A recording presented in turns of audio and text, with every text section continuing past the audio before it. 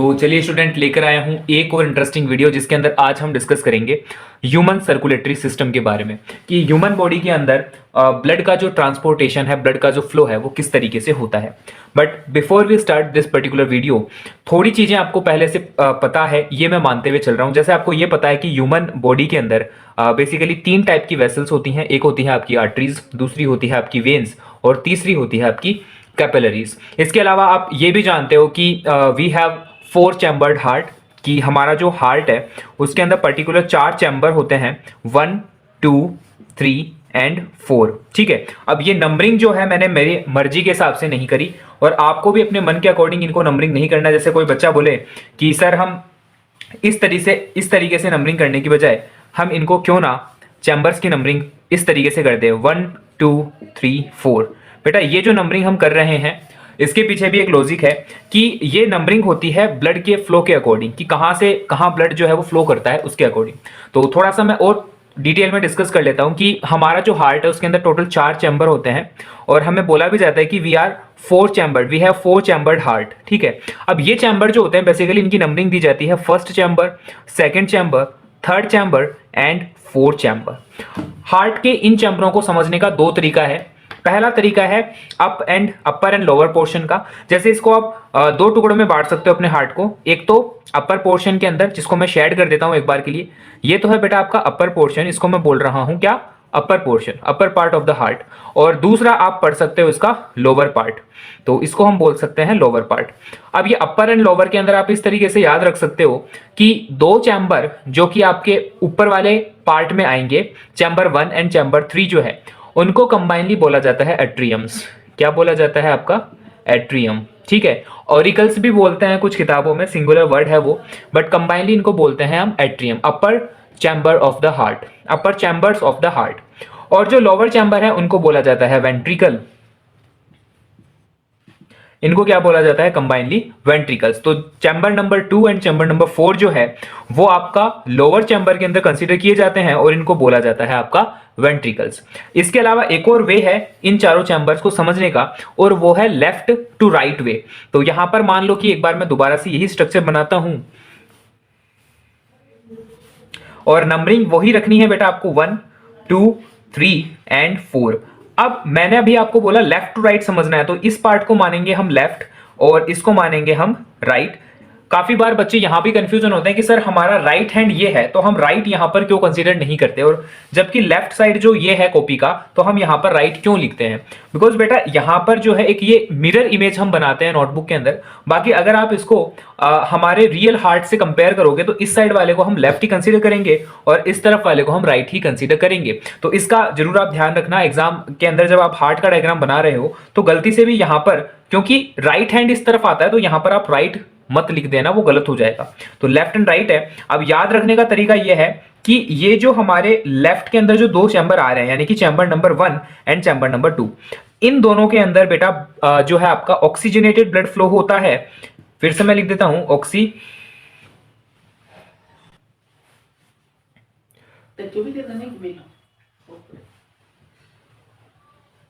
Oxygenated blood flow करता है। और जो आपका राइट साइड है, यानी कि चैम्बर नंबर 3 और चैम्बर नंबर 4 जो है, इनके अंदर आपका डीऑक्सीजनेटेड, क्या, डीऑक्सीजनेटेड ब्लड जो है वो फ्लो करता है। अब सिंपली मैं समझा देता हूं एक बार कि ऑक्सीजनेटेड ब्लड का मतलब क्या है। ऑक्सीजनेटेड ब्लड का मतलब होता है एक ऐसा ब्लड जो कि आपका ऑक्सीजन रिच ब्लड है। ऑक्सीजन रिच ब्लड बोलने का मतलब है इसके अंदर मेजर अमाउंट में, हाई कंसंट्रेशन में कौन है आपका, ऑक्सीजन। CO2 भी होती है। काफी बार बच्चे कंफ्यूजन हो जाते हैं कि जो ऑक्सीजनेटेड ब्लड है उसमें केवल और केवल ऑक्सीजन ही होती है, ऐसा नहीं होता। इसके अंदर CO2 भी होती है, बट मेजर प्रोपोर्शन के अंदर आपका क्या होगा, ऑक्सीजन ही मेजर प्रोपोर्शन के अंदर इसके अंदर रहती है, हाई कंसंट्रेशन के अंदर। ठीक इसी तरीके से जो आपका डीऑक्सीजनेटेड ब्लड होगा, इसके अंदर हायर प्रोपोर्शन के अंदर आपका रहती है CO2, यानी कि मेजोरिटी में आपको CO2 देखने को मिलेगी, बाकी इसमें भी आपका ऑक्सीजन रहता है। तो आप या तो इस फॉर्म में याद कर सकते हो कि अपर एंड लोअर चैम्बर्स के अंदर, या फिर आप राइट और लेफ्ट चैम्बर के अकॉर्डिंग इनको समझ सकते हो। ये 4 चैम्बर की बात हुई। अब थोड़ा सा और डिटेल के अंदर चलते हैं और समझते हैं कि इसके आगे की क्या कहानी है। अब मैं थोड़ा सा आपको बता देता हूं कि ह्यूमन बॉडी के अंदर जो आपका ब्लड वेसल्स होती हैं उनका भी कंफ्यूजन आपसे दूर कर देता हूं, क्योंकि काफी बार बच्चे गलत डेफिनेशन याद करते हैं कि आर्टरीज और वेन्स जो होती हैं वो गलत जो है डेफिनेशन आपको लिख करके आते हो आप। तो ब्लड वेसल्स बेसिकली सभी बच्चों को पता है कि 3 टाइप की हमारे पास में ब्लड वेसल्स होती हैं।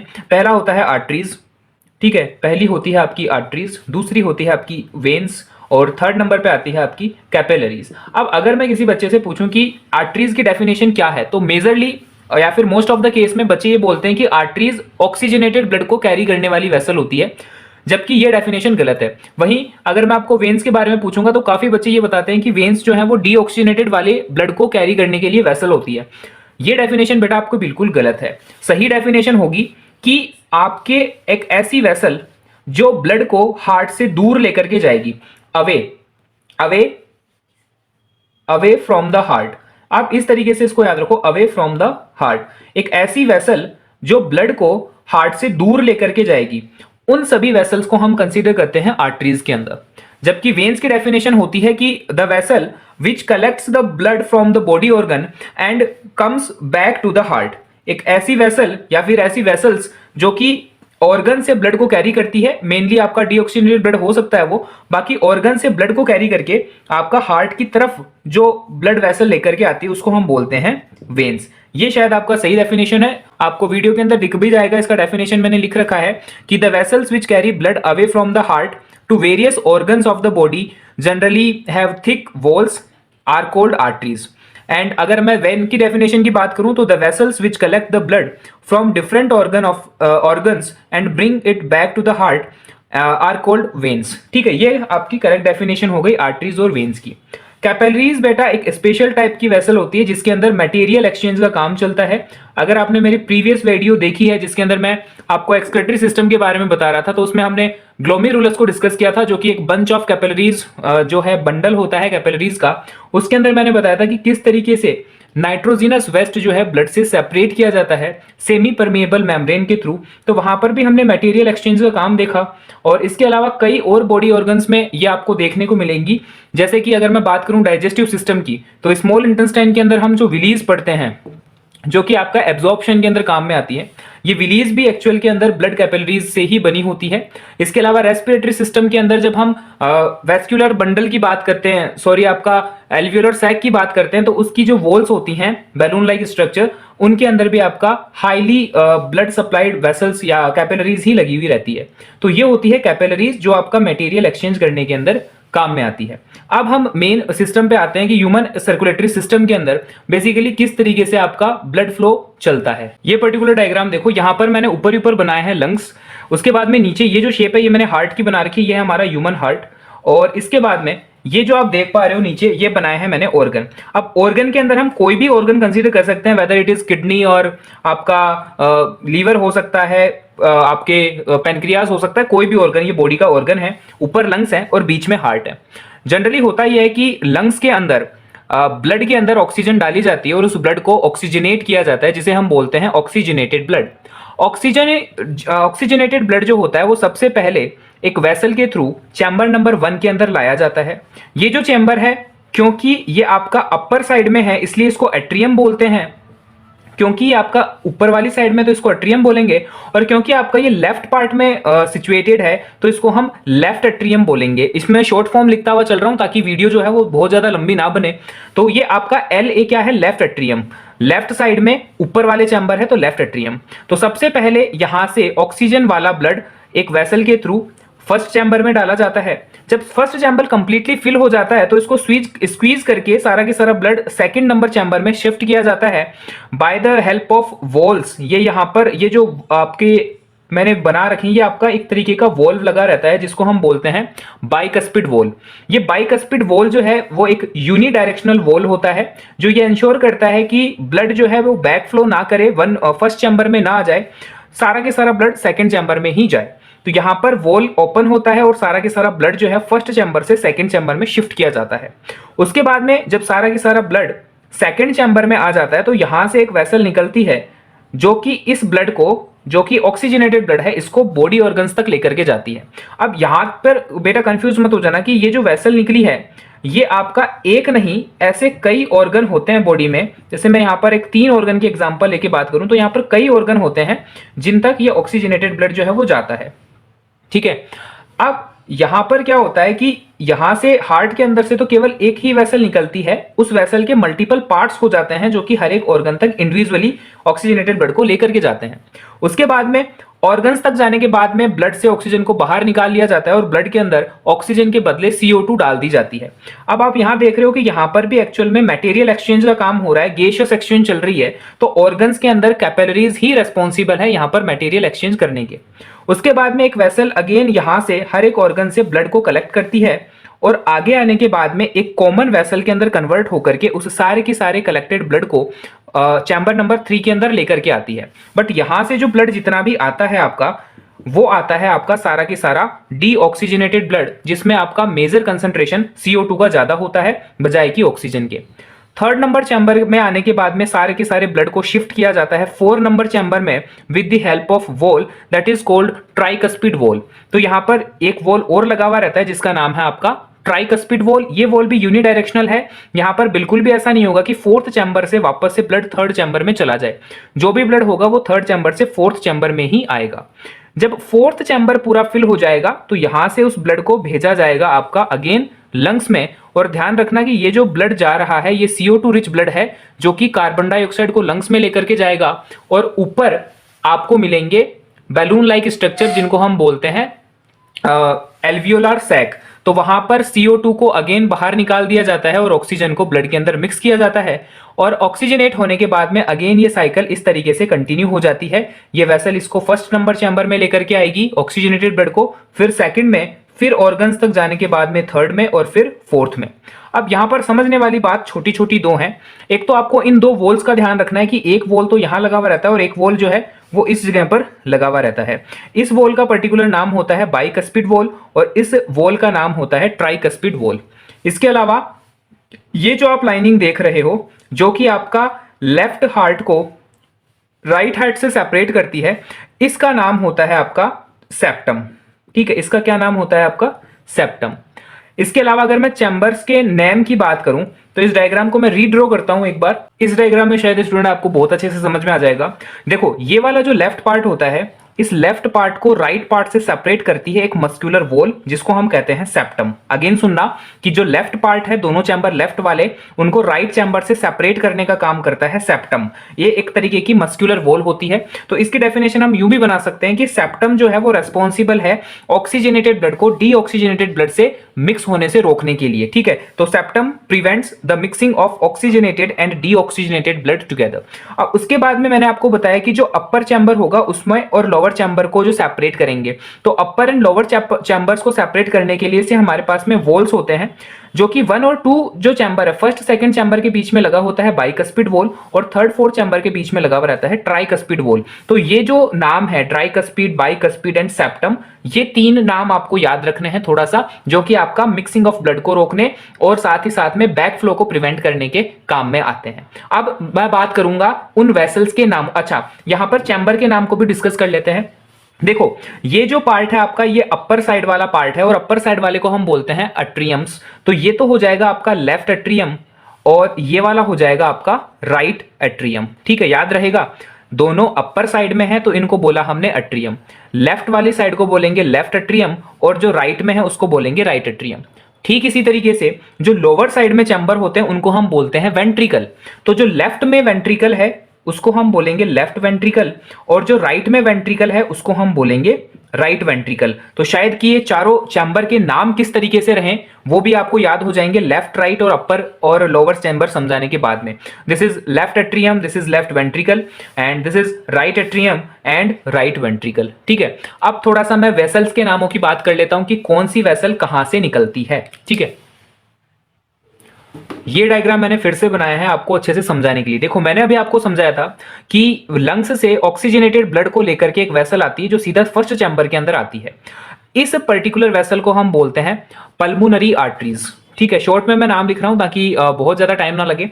इसको हम बोलते हैं पल्मोनरी आर्टरीज। हो सके तो आप एनसीईआरटी वाला जो डायग्राम है बुक का वो यहां पर साथ ही साथ में रख सकते हैं। मेरे पास में एनसीईआरटी वो मैं यहां पर रख लेता हूं साथ में, कि ये जो है आपका ऊपर वाली जो चैम्बर है इसको हम बोलेंगे पल्मोनरी आर्टरी। ठीक है, इसके बाद में फिर मैंने आपको बताया कि बाइकस्पिड वॉल से होता हुआ सारा के सारा ब्लड जो है सेकंड चैम्बर में आएगा।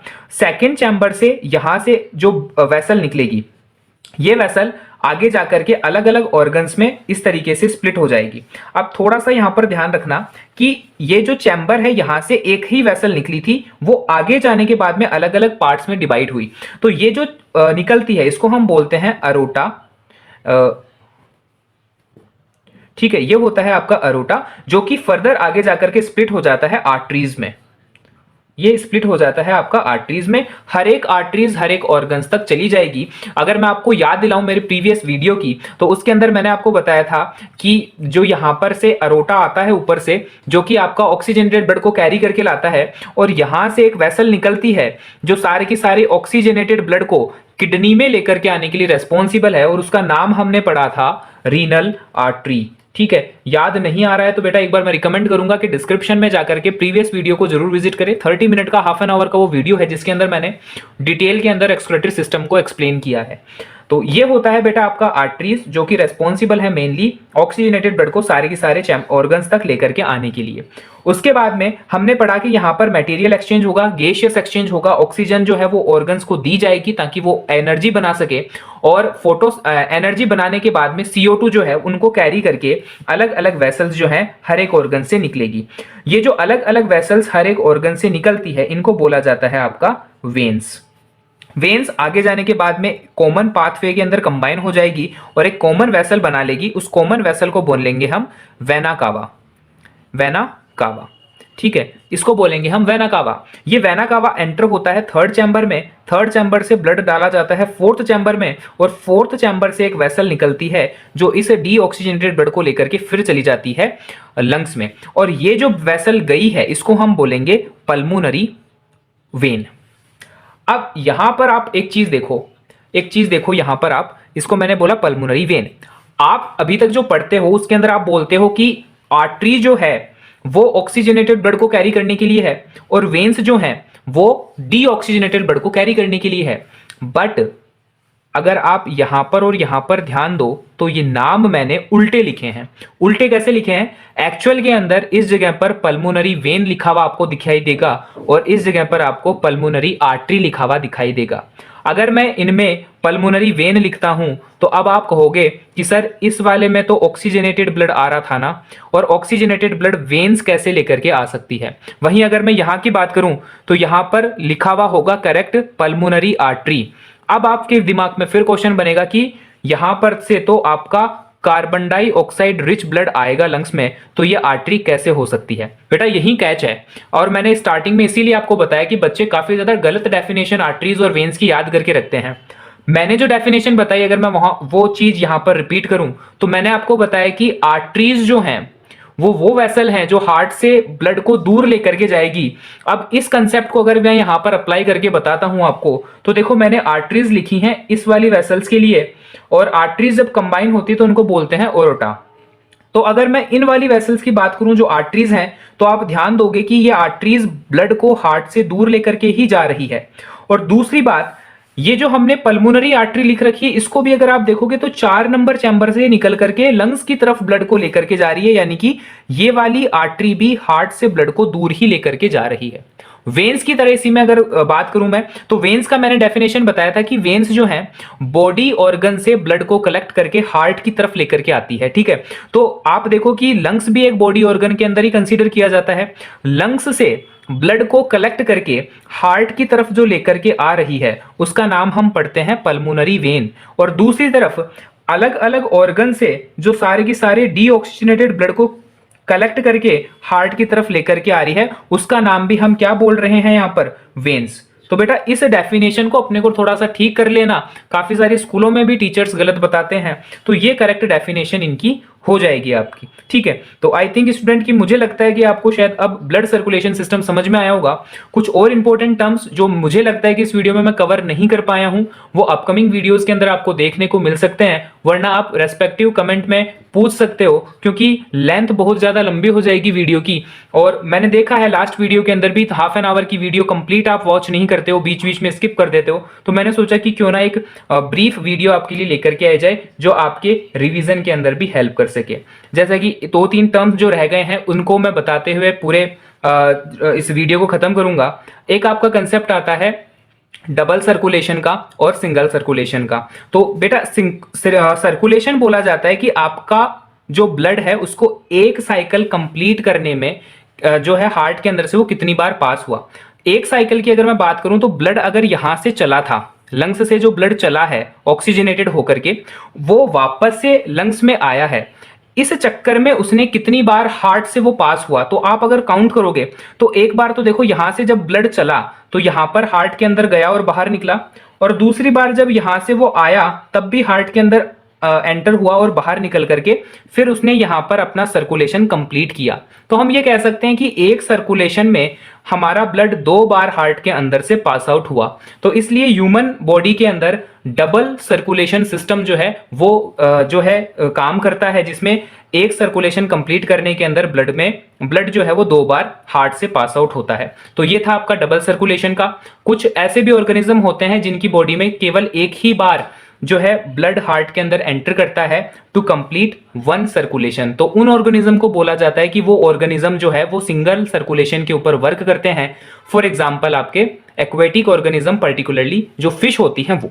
ठीक है, इसके अलावा जब हम चैम्बर्स को कंपेयर करेंगे तो यहां पर एक बात बोली जाती है कि जो आपका लोअर चैम्बर है, यानी कि जो आपके पर्टिकुलर वेंट्रिकल्स हैं, वेंट्रिकल्स की वॉल्स को थिक रखा जाता है, क्योंकि एक्चुअल में जो पंपिंग का काम होता है वो सेकंड और फोर्थ चैम्बर का ही होता है। ब्लड के अंदर जो प्रेशर जनरेट करने का काम होता है वो सेकंड और फोर्थ चैम्बर का ही होता है। तो यहां पर जो है आपका प्रेशराइज्ड ब्लड फ्लो करता है, इसलिए इनकी वॉल्स थोड़ी सी थिक होती है एज कंपेयर टू अट्रियम्स जो कि फर्स्ट और थर्ड चैम्बर है। तो ये एक थोड़ा सा आपका जो है क्वेश्चन आ सकता है एग्जाम के अंदर। इसके अलावा अगर मैं बात करूं तो काफी क्वेश्चन आते हैं कि आर्टरीज और वेन्स में क्या क्या जो है वो डिफरेंस है। तो इसके ऊपर भी मैंने एक पर्टिकुलर वीडियो बना रखी है जिसका लिंक मैं डिस्क्रिप्शन के अंदर और आई बटन में ऐड कर दूंगा, तो वहां से जाकर के आप देख सकते हो। यहां पर एक कंसेप्ट आता है कि वॉल्स की थिकनेस के ऊपर काफी बच्चों की कंफ्यूजन रहता है, तो मैं यहां पर यूं समझा देता हूं कि आर्टरीज हैं, वेन्स हैं और कैपिलरीज हैं। सबसे ज्यादा थिकनेस होती है आर्टरीज की, ये थिकेस्ट होती है क्योंकि इनके अंदर प्रेशराइज्ड ब्लड फ्लो करता है, और कैपिलरीज जो होती है वो सबसे थिनेस्ट होती है क्योंकि इसके अंदर मटेरियल एक्सचेंज करना रहता है। तो वॉल्स को थिनेस्ट यानी कि सबसे पतली रखा जाता है। और वेन्स की वॉल्स की जो थिकनेस होती है वो मॉडरेट होती है, ना तो बहुत ज्यादा थिक होती है ना बहुत ज्यादा थिन होती है, ये मॉडरेट थिकनेस की होती है क्योंकि इसके अंदर आपका प्रेशराइज्ड ब्लड फ्लो नहीं करता। और दूसरी बात की वेन्स की जो थिकनेस है वॉल्स की वो तो मॉडरेट होती है, बट इनके पास में वॉल्स होते हैं, मल्टीपल वॉल्स होते हैं वेन्स में जो बीच बीच में लगे हुए रहते हैं। वो इसलिए लगाए जाते हैं कि ब्लड के बैक फ्लो को प्रिवेंट किया जा सके। एक अच्छा सा क्वेश्चन ये भी पूछा जा सकता है कि वेन्स में जब वॉल्स दिए तो आर्टरीज में वॉल्स अब्सेंट क्यों हैं, क्योंकि आर्टरीज में वॉल्स होते नहीं है। तो यहां पर आर्टरीज में वॉल्स क्यों नहीं दिए गए, तो इसका सीधा सा रीजन है कि जो आर्टरीज होगी उसके अंदर हमेशा आपका प्रेशराइज्ड ब्लड फ्लो करेगा, और प्रेशराइज्ड ब्लड कभी भी बैक फ्लो कर ही नहीं सकता। आप अगर नोट करो तो सेकंड चैम्बर से निकल रही है सारी आर्टरीज, जो कि एक प्रेशराइज्ड चैम्बर है, और दूसरी अगर आप बात करो तो आर्टरी यहां से निकल रही है, ये वाली आर्टरी। तो यहां पर भी आप देख रहे हो कि फोर्थ चैम्बर में प्रेशराइज्ड ब्लड होगा, वो ही फ्लो करेगा इस आर्टरी से। तो कहने का मतलब यह है कि आर्टरीज के अंदर हमेशा आपका प्रेशराइज्ड ब्लड फ्लो करता है, इसलिए वहां पर बैक फ्लो के कोई चांस नहीं होते, तो उनके अंदर वॉल्स की भी कोई जरूरत नहीं पड़ती। जबकि वेन्स जो हैं, वेन्स के अंदर आपका इतना ज्यादा प्रेशराइज्ड ब्लड फ्लो नहीं करता, तो इनके अंदर बैक फ्लो को प्रिवेंट करने के लिए मल्टीपल वॉल्स लगाए दिए जाते हैं। तो ये था बेटा सर्कुलेशन के ऊपर डिटेल कंसेप्ट वीडियो। और अगर आपको किसी भी टॉपिक में डाउट हो तो वीडियो के अंदर नीचे कमेंट बॉक्स में कमेंट कर सकते हो, डिस्क्रिप्शन को चेक कर सकते हो। इसी के साथ साथ में आप चैनल के कम्युनिटी पोस्ट को भी चेक कर सकते हो। लास्ट में जब चैनल के पेज पर जाओगे तो लास्ट में एक ऑप्शन आता है कम्युनिटी का। कम्युनिटी के अंदर आपको साइंस से रिलेटेड मल्टीपल क्वेश्चंस मिलेंगे प्रैक्टिस के लिए, तो आप वो भी वहां पर जाकर के प्रैक्टिस कर सकते हो। मिलता हूं आपको ऐसी ही एक नई वीडियो के अंदर एक नए टॉपिक के साथ।